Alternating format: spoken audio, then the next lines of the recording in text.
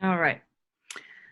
Hello, everyone. Happy Friday. It's Friday, which means I'm wearing makeup. It's a big deal these days. Today we have a very special guest. Her name is Rachel Holmes, and she has a business called Holmes Healing. And I met Rachel, I don't even know, a long time ago now, it feels like. I don't, Yeah. but back when we both were at Dancers Workshop, Rachel's a very talented dancer and then sort of transitioned into obviously teaching dance and yoga and got into energy healing and sound bowls, and she's really good at it. I took a class of hers, a restorative and sound bowl class, when I was pregnant, and she plays them beautifully. So today we're going to be talking about sound bowls and using maybe more than that, sound as a healing tool. And I don't know anything about this, that's why I'm very happy to have her on as a guest. I just know that I like them. I like the experiences I've had with various practitioners. I like the way they make me feel. It really makes me relaxed, heightening that parasympathetic nervous system that we've been talking about so much the last few weeks. And and so we're going to learn about what they are, how they can help your body, mind, soul, and we'll leave some room for Q&A, and then I'm going to take you through recording. Rachel hasn't yet set up her computer to be able to do sound bowls over the computer, because this whole virtual world sort of was sprung on us. But what she's provided are some of her favorite recordings that she uses for herself. And so I'll be playing it in a way that it'll come through on your speaker really well. And at the end, we'll do that for about 10 minutes, and we'll wrap up and give any ending comments or questions that you might have. So this is Rachel. I'm going to spotlight her and let her jump into her talk. Thank you, Rachel. Thanks, Stacy, and thanks for having me. And thanks for being curious about sound and how it affects the body and how we can use it as a tool to heal ourselves. Um, so, just to start with sound healing is the use of instruments to calm the nervous system. And it's something that people have been doing for thousands of years, that we may have lost track of during time, but we're starting to rediscover again. And the kinds of tools that can be used are various different instruments. You can use crystal sound bowls, Tibetan bowls, flutes, gongs, chimes, drums, your voice. Um, so the kind of instrument doesn't matter so much. It's how the instrument is used and the kind of waves, sound waves it creates in the space that you're in. I mostly resonate with crystal sound bowls. So I use those um, when I work with other people. I also use chimes and gongs as well. And the neat thing about crystal bowls is that they're crystal, and none of the other instruments you'll find are made out of crystal.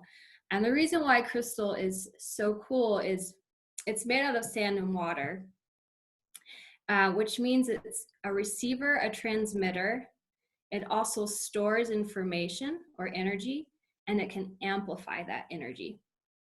So whoever's using a bowl or whatever environment you choose to create for yourself, you can amplify your own energy, your own intention. You can amplify the energy of the room, and then that energy is sent out through the sound waves. So as Stacy was saying, people have very many different experiences doing sound healing or being around sound. In a sound bath or a sound healing experience, some people just feel an overall sense of well-being. I've had some people tell me they feel physical parts of their body kind of being activated. Some people feel pain to begin with, and then at the end of a session, it's gone. Other people see colors come through their mind's eye, which we'll talk about why that happens. Other people have past life experiences. So all sorts of things are possible. And it all has to do with how receptive we are. And then that comes to our nervous system. So as Stacey was talking about, and I'm so glad that you've been talking about the nervous system already. But if we think about it kind of in its basic form in the two parts, the sympathetic part and the parasympathetic part. Our sympathetic part is our fight or flight mode. It's when we have anxiety. It's when disease sets in. It's when we can't digest our food properly. It's when we're in what I call that animal nature, when we're just surviving, fighting to survive. People who live in abusive households, third world countries, war-torn countries, people who have to worry about their food or clean water or where they're going to live, their sympathetic nervous system is constantly activated. If you live in a city, this is usually the case as well. So in that state, there is only so much that we can really do. Our capacity is limited. You know, we're not thinking about if we're a good person, or not thinking about how we can help other people, or we're not thinking about how we're showing up in the world. We're just thinking about how we can survive. So then if we look at the parasympathetic state, this is when we can be calm. This is when we feel relaxed. This is when we can digest our food. This is when we go into our spiritual selves, right? We can access higher states of consciousness. Energy can flow in and out of our body, so it's not stuck. And there's just this flow and effortless to life. So that's the goal of sound healing. So if we start to think of everything as a vibration, right? My voice has a vibration, the floor has a vibration, you know, everything, the tables, the chairs, the air, all has a vibration. And that vibration, all those vibrations are interacting with each other all the time. Us as humans, you know, we really only think about consciously the vibrations we can hear, the sounds. And we have a pretty limited capacity. Humans can only hear between 11 and 12 octaves. But regardless if we can hear a sound or not, that vibration of all the vibrations around us are interacting with our own. So sound, for instance, sound vibration goes into every cell of our body, every microsecond, interacting with every cell of our body. So when that sound is coherent, when the sound patterns are coherent, it actually kind of resets, self-tunes the nervous system. When the sound is more like man-made, sound of your computer, the lights coming off of your computer, sound coming through a microphone or speaker, machinery, those kinds of man-made sounds actually kind of create chaos, like a scramble in the nervous system. And so we start to kind of feel further away from being whole. We start to feel a little kind of not so good. Depending on how sensitive you are to your body and what's happening, it might affect you a lot, while others, they might not even notice so much. A coherent soundscape, the best example of it is nature. You can't perfect it any more than that. The reason being is it's filled with natural sounds of animals, people, the wind, water, you know, twigs breaking, all kinds of sounds of life. And so those natural sounds help recalibrate the body. It brings it back into a harmonious state. So every microsecond that you're in nature, that's happening to your system. And it's happening to your body, it's also happening to your mind. And the reason being is in nature, it's has natural sound reflection. So if you're walking through the forest, sound is able to reflect very naturally off the surfaces of trees. And again, you hear like the sharp sounds, the more smooth sounds like the wind. And so that's all affecting you. So there's two kinds of sounds that help to recalibrate the system. So one is kind of the sharper sounds that come from, if you're doing a sound bath or sound healing, a chime, a rattle, rain stick, anything that's sharp or it clicks or dings, helps your brain understand where it is in time and space. The other sound that you'll naturally find in nature, that you'll also find in a sound bath, is that long sustained note. So for instance, it's the sound that's created on sound bowl when you rub the outside, whether it's crystal or the brass bowls. So that long sustained notes help recalibrate the body. What actually happens is a standing wave forms in the room, and it's almost like a dome of energy, a dome of a standing wave that's created in the room. And so it's a very simple pattern that's created in space and time that provides a constant stimulus to your body at the same time. So every part of your body is being stimulated with that same sound in a consistent way. So what happens is the neurons underneath and on top of your skin are firing off in synchronicity in every microsecond. So again, nature is the best way to retune your nervous system. If you can't get out in nature, a sound bath is the next best thing. If you can't get to a sound bath, then YouTube is a great resource to find people who've uploaded what they do, or their different frequencies you can also listen to that help calm the nervous system as well. So I want to share just a picture of, let me just share this really quick. Application. I'm going to share, this is what I want to share. Can everyone see that? It's a picture of, Yes. okay, perfect. The parasympathetic division and the sympathetic division of the nervous system. And what I Actually click on your nervous system. It's showing all of them, your whole file. Click on the nervous system picture. Let's see. Hold on, let me try this again, because I see it, but for some reason it's not letting me show it to you. Let's do this.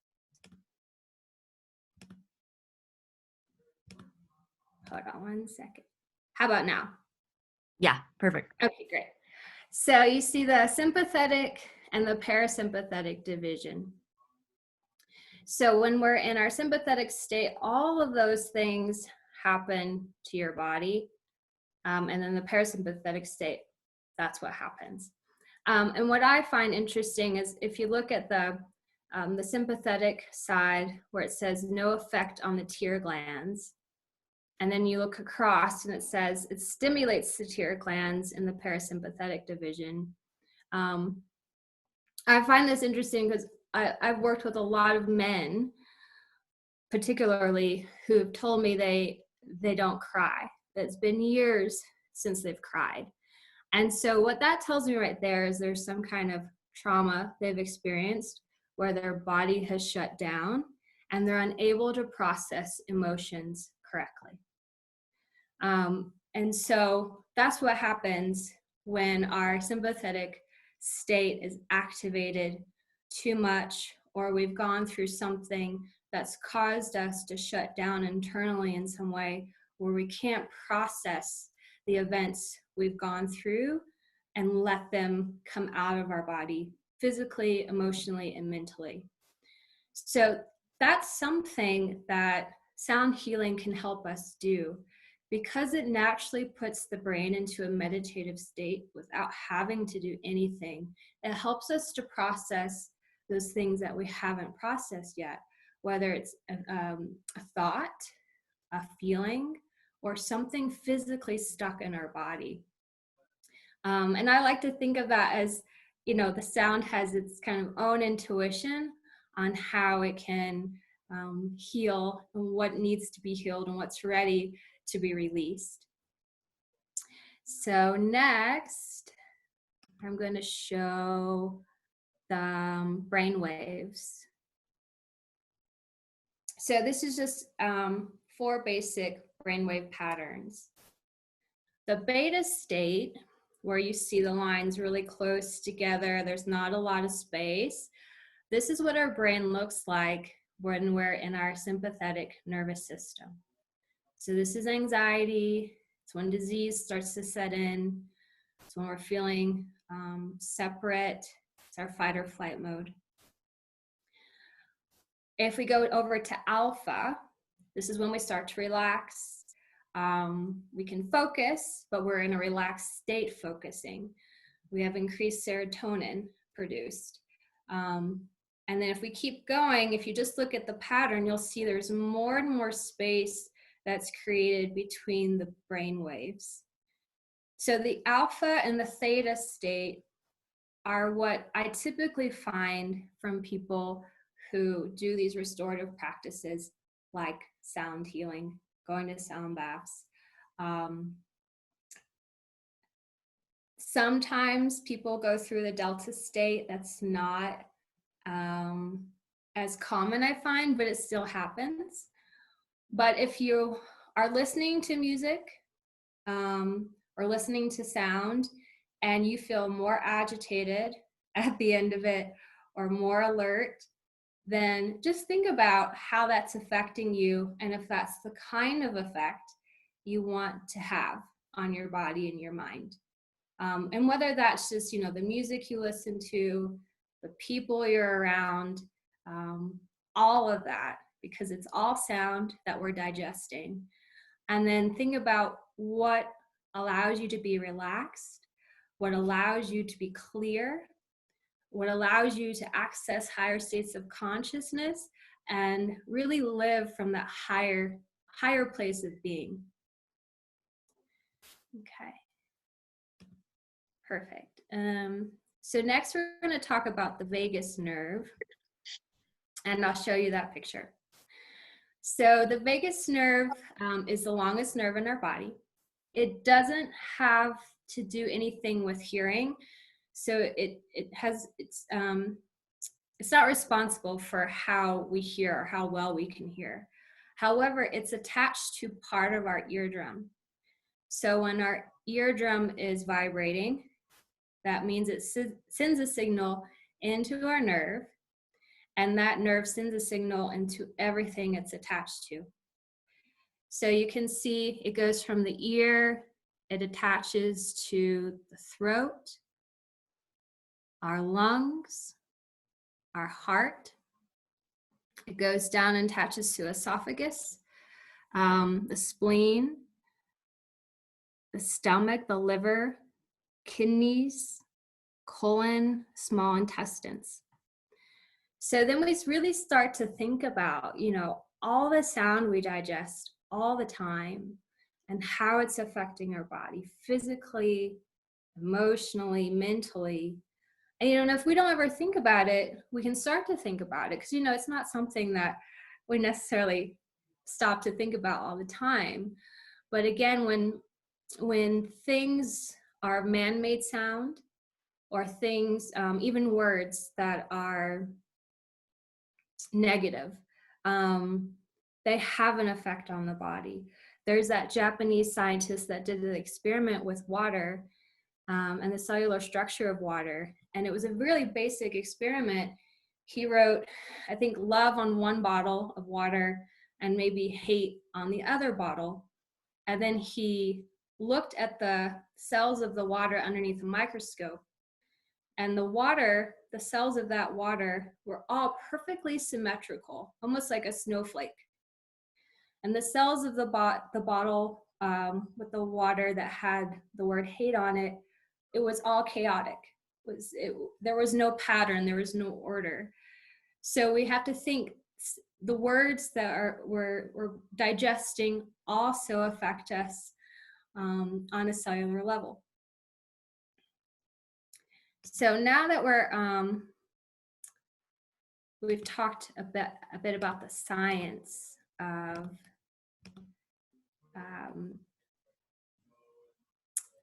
sound healing, we'll talk about how it affects our energy. So let me just pull up my notes again. So we're going to talk about light, sound, and color. So light, sound, and color are all just energy, but it's expressed in a different way. It's a different form of expression, and it's all based off of the vibration. So sound is light at a lower vibration, and light is sound moving faster. It's a quicker vibration. All right, so I'll say that again. Sound is light at a lower vibration, and light is sound at a higher vibration. So if we go back to the thought that humans hear between 11 and 12 octaves, right? And let's say we'll take a piano, and a piano has about 8 octaves on it. And we create a piano, we'll just use our imaginations, we'll create a piano that's 40 octaves above that, about 40 octaves above that. So let's say we're at the 49th octave, and we're playing that piano. Well, obviously we wouldn't be able to hear it because it's out of the human range. But how it would be expressed to us is in color. It would be waves of color that we're experiencing other than waves of sound. So the longest wavelength that humans can see is the color red. This is the lowest vibration. The shortest wavelength that we can see is violet. Now, obviously there are colors beyond red and violet that are of different vibrations, but again, they're not within our reach. Ultraviolet is an example. It's a shorter wavelength than violet. We can't see it.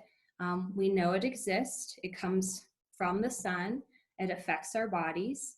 Some birds can actually see this light. Then there's also infrared light, which is a wavelength underneath red light. It's a longer wavelength.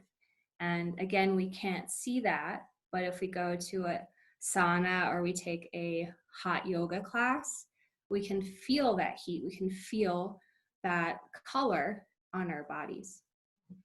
So the sun, part of why the sun is so healing for us is that it has all those rays. The whole light spectrum exists in the rays of the sun. And you can see that when it rains and the sun hits the moisture in the air and you see the rainbow. You see all the light that we're able to see.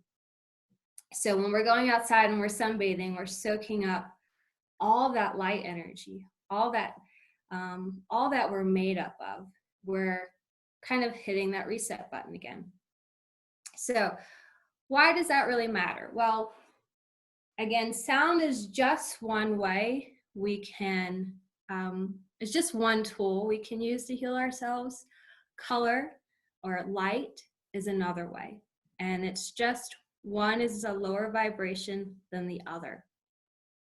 And if you're familiar with the chakra system, which is and chakras are just kind of these energetic hubs that exist in our electromagnetic field, which is our aura. And our chakra system pulls energy in and releases energy out of our body. And we have lots of chakras in our system that run on these things called nadis. In Chinese medicine, they're called meridians. It's the same thing. If you ever do acupuncture, acupressure, the acupuncturist or the acupressurist is placing those things in your chakras. There are these little vortexes that are being opened to let energy move through and be released. But we're just going to talk about the 7 main chakras and how they kind of correspond with sound. So in sound or in music, we mostly use the C scale.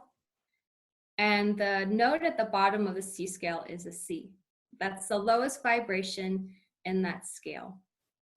Energetically, our lowest chakra is our root chakra. And what that energetically houses is our sense of security, safety. It has to do with finances or money, relationship with family, our tribe, our friends, has to do with our physical health, our bones, our blood. So that's all governed by our first chakra that corresponds with the note C. That also corresponds with the color red, because that's the lowest vibrational color that we can experience. The physical manifestation of this chakra, the gland that goes with this is the adrenal gland. And then the feet, the toes, the legs, knees, tailbone, this is the physical place. You could say this energy lives in the body. So, for instance, if I were to play the note C on my sound bowl or my chimes, you might feel it in that part of your body. It's possible for you to feel it in another part of your body too, because like I said, it's going everywhere at the same time. And the sound really just does what it needs to do at that time for you. So if we keep moving up the body, we go up to the second chakra. Okay. Do you have a picture of the chakras? Like, do you happen to have one, or can we pull one up? I think that would be really helpful for people to see the colors as you're going through them. Yeah, give me 1 second. Let me see if I can pull one up for you, Stacy. Have one here somewhere. I just have to find it.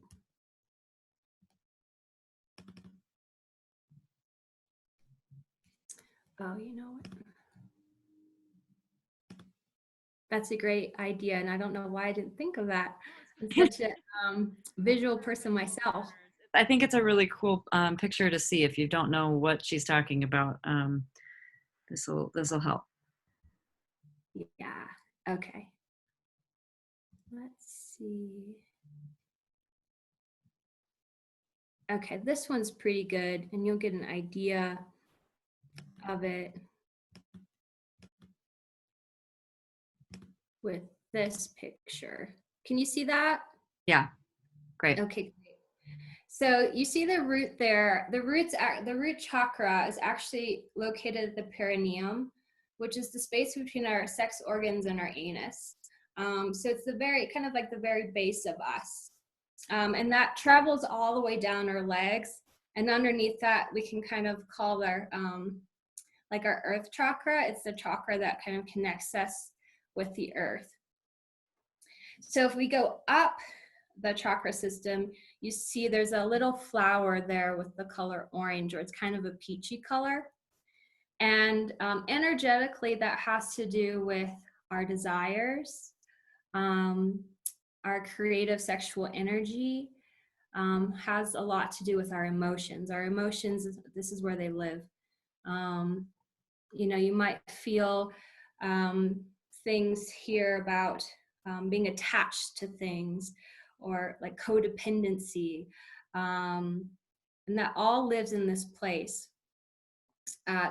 This has to do with the note D, and the um, the physical representations are our sex organs, our ovaries, kind of goes up to our navel, our hips. Sorry, let me go back to my little chart that I had. 1 second. Yeah. Yes, the glands are at the sex organs. So if we keep going back to, oh, what did I do with that picture? If we keep going back to, there it is. Our chakra system, we keep moving up. Then we come to our Manipura, our third chakra, which is the color yellow.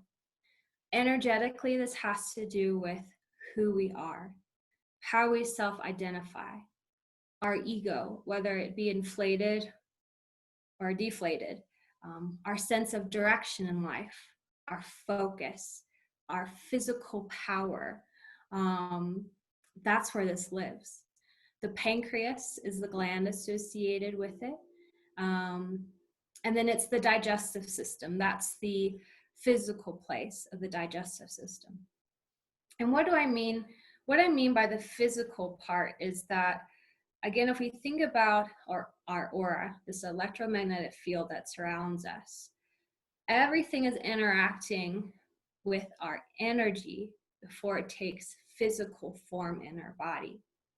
So if we get to the place of feeling something of sickness or disease, that means it's manifested energetically in some way first before it's manifested physically. So to heal something, let's say to heal something that's physically happening in your body, there's more than one way to approach it. We can approach it from the mental level, which is above the emotional level. We can approach it from the emotional level, releasing something, the story, the emotions behind something. And then we can approach it from that physical place as well.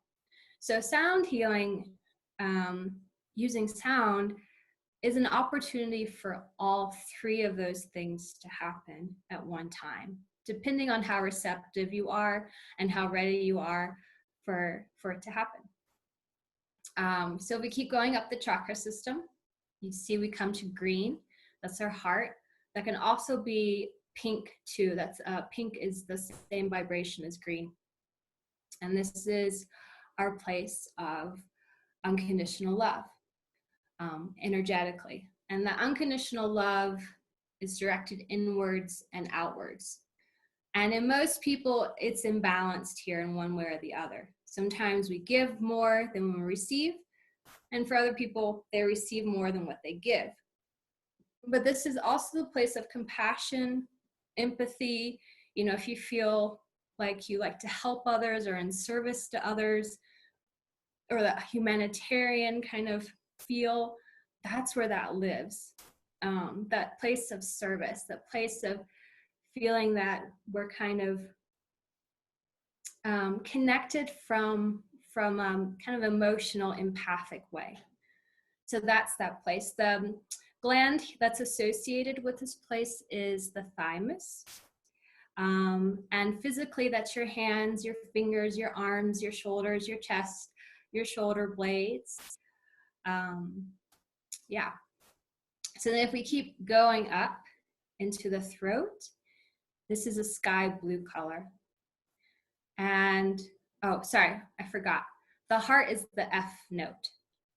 The throat is the G note.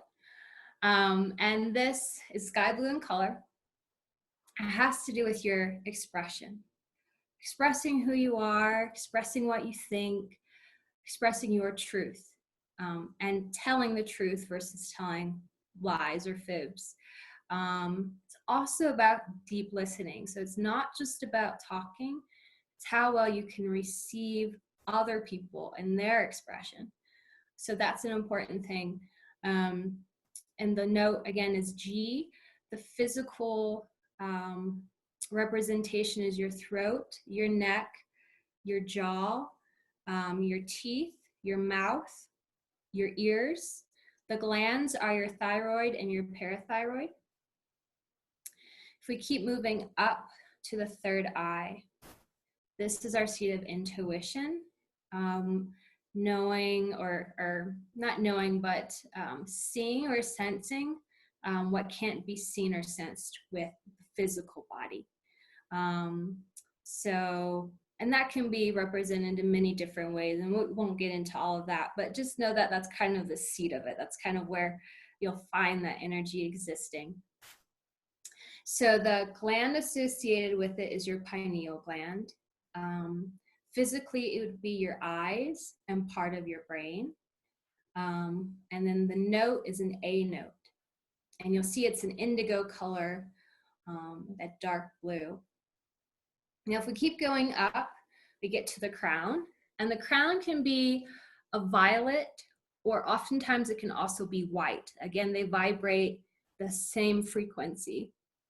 And this is our place of energetically of connection with other people, as in that we all come from the same place, connection with the universe, connection with earth and everything that exists on it, connection with divinity, or however you want to think of that. That's this place. And so the gland that's associated is your pituitary gland, and the physical representation is your brain. And the note is a B note. So there you have the whole scale, the whole C scale, corresponding with your chakra system, your energy system, that then relates to that electromagnetic field that surrounds you. So I'll stop sharing that. And perfect. I think next, Stacy, if we could, is share that clip I gave you. And this clip specifically, I liked a lot. He is mostly using chimes and Tibetan sound bowls in this, and I find it really soothing. And there's a few other YouTube clips I believe Stacy sent you. The first one is crystal sound bowls, and then the last one is just a soundscape, someone recorded in nature. And you'll hear birds and water and the wind and the trees rustling. And so there are different options. And of course, you should utilize what you resonate the most with. Yeah, I will be sharing all of these after the fact. So, wow, first of all, I learned so much. I just wanted to say a few notes before we go into this, because I don't want to lose this focus. I feel like it might be better to do like a little brain dump, because I want people to like relax into the sound bowl experience. So much of that piggybacked off of what Kathy Chandler talked about last week with our own body's frequency. And so that's really why I wanted to bring Rachel on this week, so you guys could learn about another really super easy, tangible way. Like she's saying, if you can't get to an actual class, which is a little bit hard right now, although it's happening virtually, you can put these recordings on and you can work on this. Like Rachel was saying, she just puts this, there's one of the clips is like 3 hours long, and she just puts it on in the background of her house. And now understanding its effect on the body, for me, I'm a why person. So when I learn a why, I'm much more likely to do something if I understand. Did a physicist, do you know who discovered this? You know, how do people measure this, and who came up with this idea of, you know, the body having these frequencies that respond to, you know, in our case, I guess, crystal sound bowls, because that's what we're using today. Do you know any of the origins of like who stumbled upon this? You know, I don't see the reason being is because it's been around for a long time. If we look at the yoga tradition, Sanskrit actually formed from the vibrations and how people, the body, responded to those vibrations. So it's not a language that's formed like all the languages we speak now. it's a language specifically formed off of the vibrations that the words create when you say them. So people have known about sound vibration and the effects on the body for thousands of years. How they figured it out, who knows? But yeah, lots of ancient cultures have used sound as a healing effect. And so in the yogic tradition, we use mantra, we use the sound of our own voice to create that sense of calmness and clarity through the mind and the body. Right, because there's different sounds that correspond to different chakras. Like what does Om correspond to? What chakra does that correspond to? Om would be your crown, and also can be your third eye. The reason being, Om is the sound they say that the universe makes. So if you recorded space, it would kind of make this Om sound. And so it kind of encompasses all of creation. And so it's about connecting with oneness, feeling the wholeness with everything that exists. Because last week, Kathy was talking about how her guides have been telling her that humming or chanting is a really good thing to do at this time. And so, you know, if I'm putting you on the spot, but could you take us through something that, you know, you could wake up and do, like whether it's Om or a different, you know, noise that you like, you know, something that people could just easily do in the morning or night or whenever? Yeah. Trying to think. I mean, Om is a really easy one to remember because everyone kind of knows it, you know. I personally like a sea of Ohms. And so when we're in a group, it's everyone just saying Om with the extension of their own breath and starting over. And we maybe do it 7 times. You can do this on your own. So we can do that together now if you like. Yeah, I think it'd be a good experience to do. Let's do it. Okay, great. So you can just close your eyes at home. Make sure you're seated in a comfortable way. And we're just going to say Om. And you can think of that as A-A-O-M. And I'll lead you through it. So just take a deep breath in through your nose. Big exhale out of your mouth. Another breath in.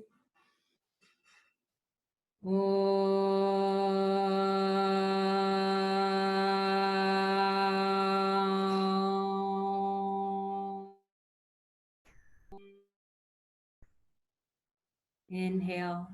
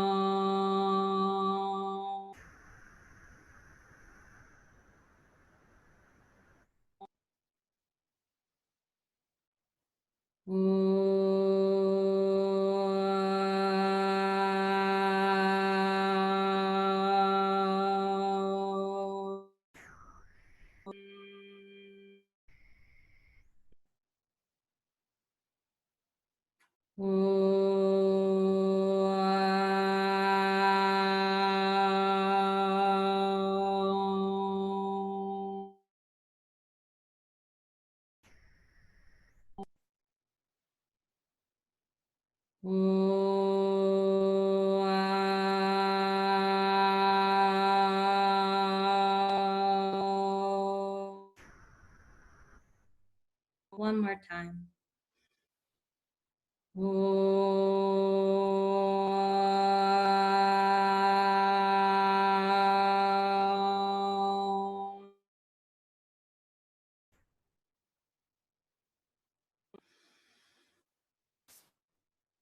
So you can simply just repeat that same mantra or that same sound. We call it a bij mantra, which is a seed mantra to your chakra.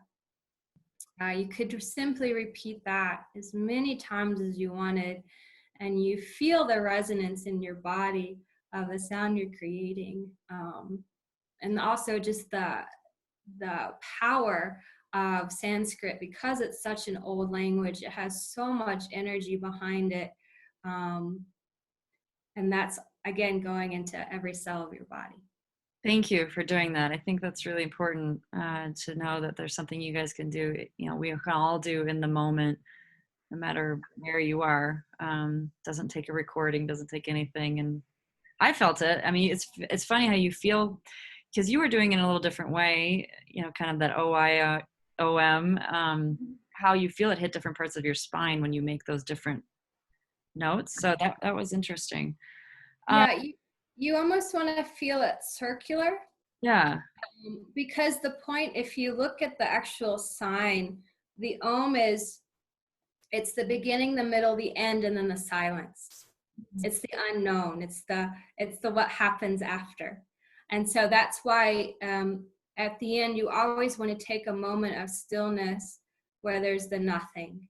So it's that cycle. You can think of time or creation, the beginning, the middle, the end, and then the unknown before the beginning happens again. Love it. Love it. One other quick question from me, and then I want to open it up to other people. This is so fascinating with the colors, and I'm glad you brought up chakras with the colors, because my experience one time in a class, it was a sound bowl class around chakras. And so, you know, for those of you guys who don't know, the bowls are all different sizes and they have different frequencies, and maybe that's the point, is to correspond to different chakras. I don't know, but that's what we were doing in this particular class. And I heard two of the bowls louder than the other ones. It wasn't that she was playing it louder. Is it something within me that needed, you know, that bowl or that sound? Or have you had that experience with yourself where? Oh, yeah. Yeah, for sure. There'll be notes or sounds that you resonate or connect with more at that moment for whatever reason, whether it's stimulating that something that's already active within you, or stimulating something that needs more attention, needs more energy drawn to that part of you. Every time you do an experience like that, it's going to be different, because every day you're different. Every day your energy is in a different place. So it's going to interact with you in a different way. But yeah, you know, it's just, that's the only way I can explain it. You just connect with different sounds. So I'm going to unmute you guys. Please go ahead and ask Rachel any questions you like.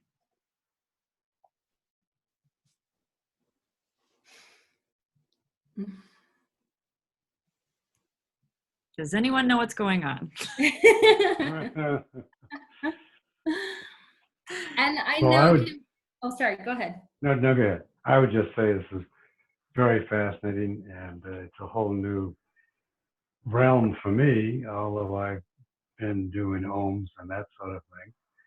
And I do find that I resonate to different kinds of music in ways that I haven't really, you know, defined, except that I experience it. Especially rock and roll. Yeah, I know. I love rock and roll too. And you think about, how does rock and roll affect you? Does it kind of amp you up, get you excited? Yeah, it's full of life, and it brings life to me.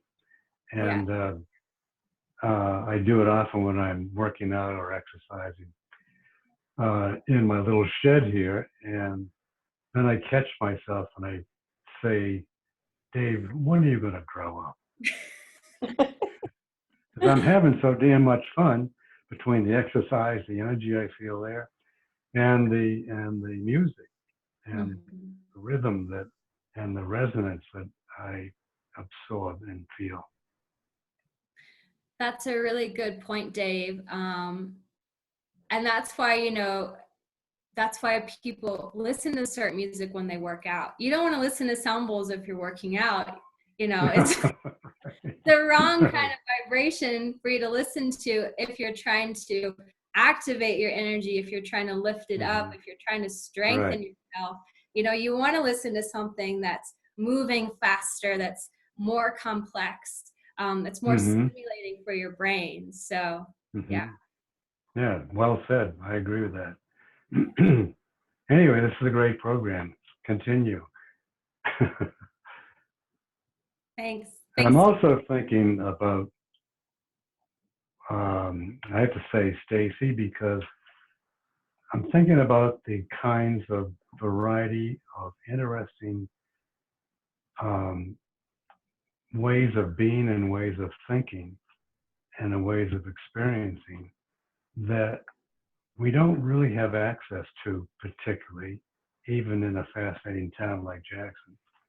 And so this is really, really nice. Thanks, Stacy. Well, thank you. Thanks for coming. I appreciate it. Does anyone else have any questions for Rachel or comments, thoughts? All right, let's do the sound bowls just for a few minutes, and then we'll come back. And if you want to, share any experience or have any questions afterwards, we'll do that. We're going to go a little bit over, just so you guys know. So I want to give you enough time to sink in. I would recommend probably like getting comfortable, sit down or lay down, get comfy, and I'm going to cue this up.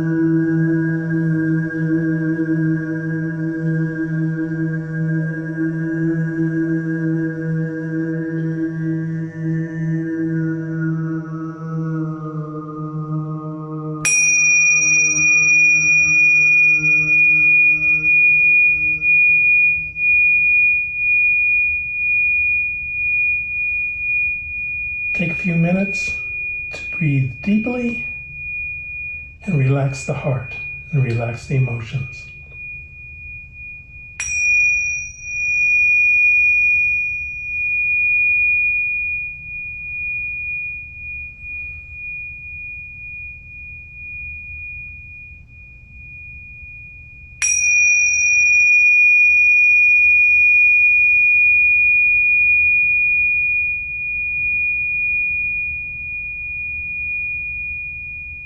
In this meditation, we are going to use the high vibration rose quartz, crystals and stones and sphere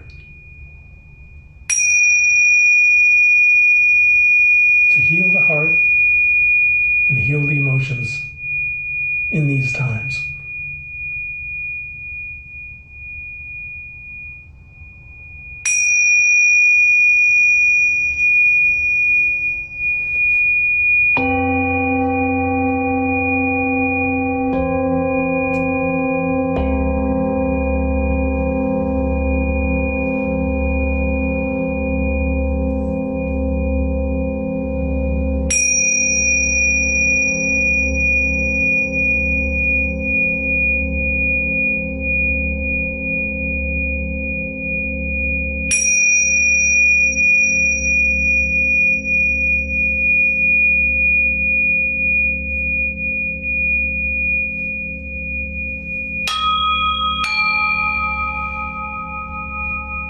Imagine your heart suddenly feeling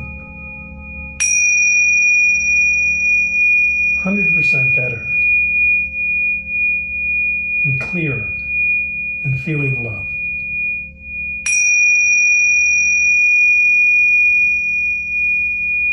And any darkness there dissolving and leaving.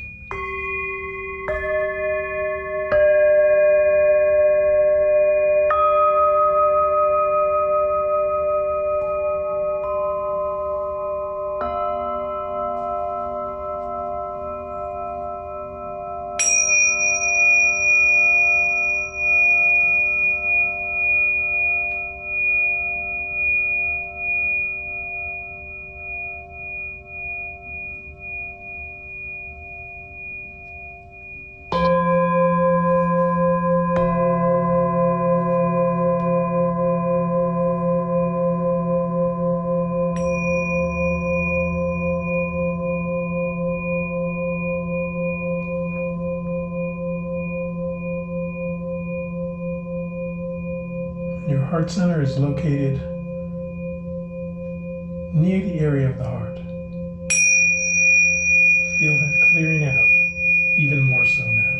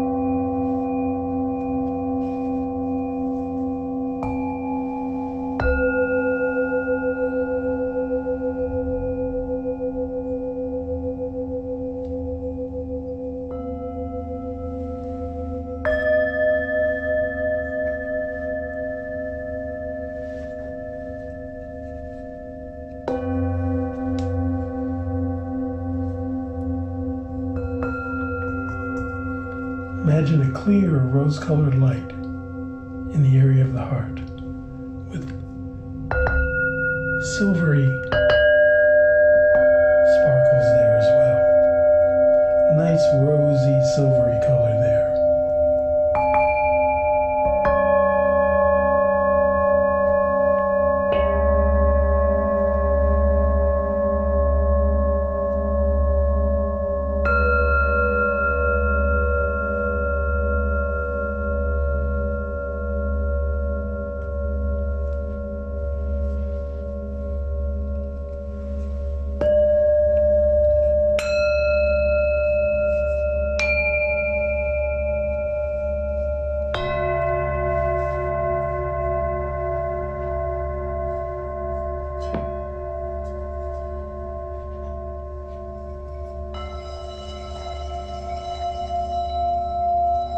If there's any dark spots in the area of the heart, let the rose energies help clear that out.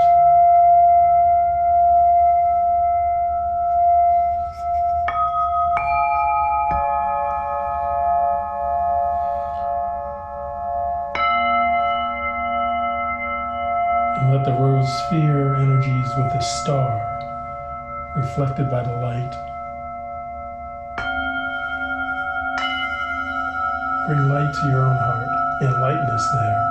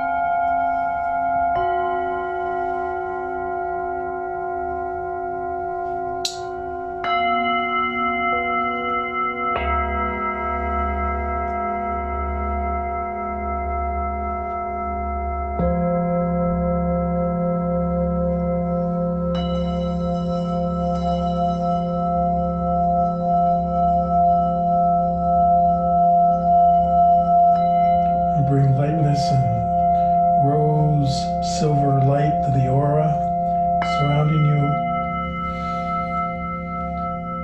and expand that outwards.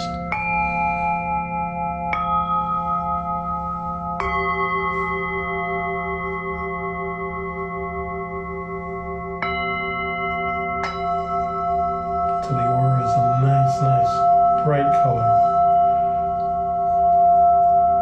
rose-colored, loving and settled,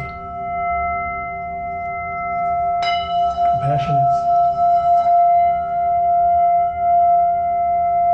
and projecting.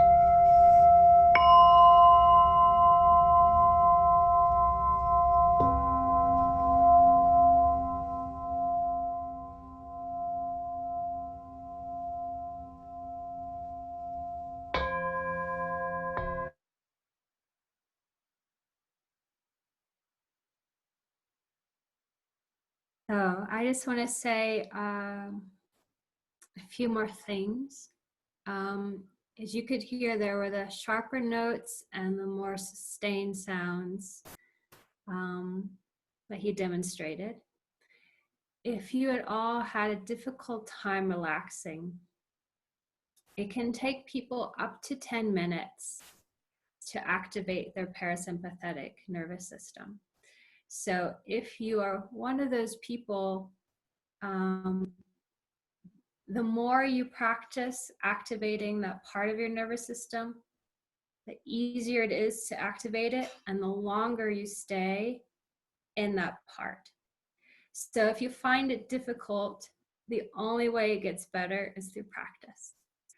You know, and that can be a daily thing or a weekly thing, whatever, you know, suits you best. But I promise you, the first time I tried a restorative practice, I hated it. I was like, this is too slow for me. I don't want to do this. And it wasn't years later until I tried it again. And then I was ready. And then I was ready to slow down. And I also know this is a lot of information. So I'll leave my email address. If any of you have any questions or want any clarity, feel free to email me anytime. Yeah, so I'll be providing some information. How can they find you? Are you teaching virtual classes right now or working with people in that way? I am, yeah. I am teaching some virtual classes through Titan Yoga Shala and through Dancers Workshop. And then they can always email me too for if they want to do something or if they want me to send them my schedule or something like that. There's also my website. They could go on. I don't know if I have my virtual classes up there, but I think I do. I just don't remember. But yeah, there's my website too. They can also check out. What's your website? It's homeshealing.com. Okay. Yeah, and I'll type it here. So Yeah. okay.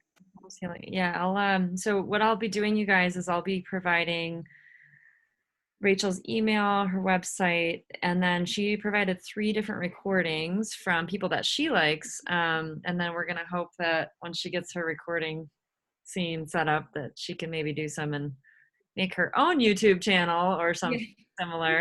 Just because we like to, you know, keep it local. I want to open it up to any last comments or questions you have for Rachel or how that was for you. I didn't realize that guy was talking halfway through that.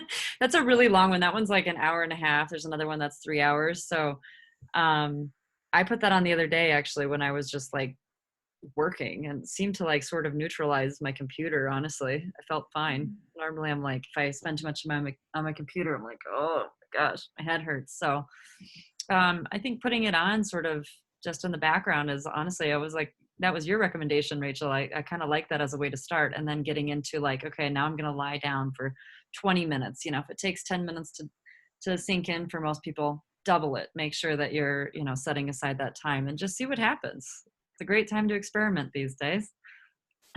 Any Very true. questions? I'm going to unmute you guys.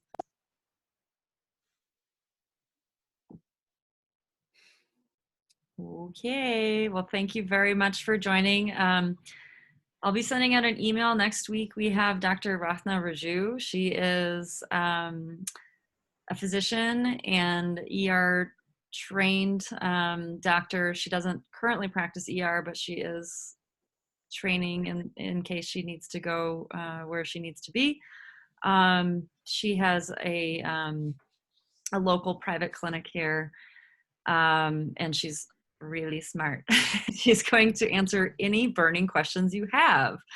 I think it's a good time to get those questions out because it's hard. It's hard to get in contact even with our own doctors. So sending out an email request for any questions because we're going to submit those to her by the middle of this next week, so that it's just going to be basically a long Q&A. So I hope you guys can make it. And thanks again, Rachel, for all of, I'm going to have to listen to this one again because so much of it blew over my head, and I'm so happy to know more about why I like these sound bowls so much. So thank you for your time. I appreciate it. Yeah, thanks for having me, Stacy. Thanks, everyone. Pleasure. Thank you. Thank you. Bye-bye. Thank you. Bye-bye. Bye.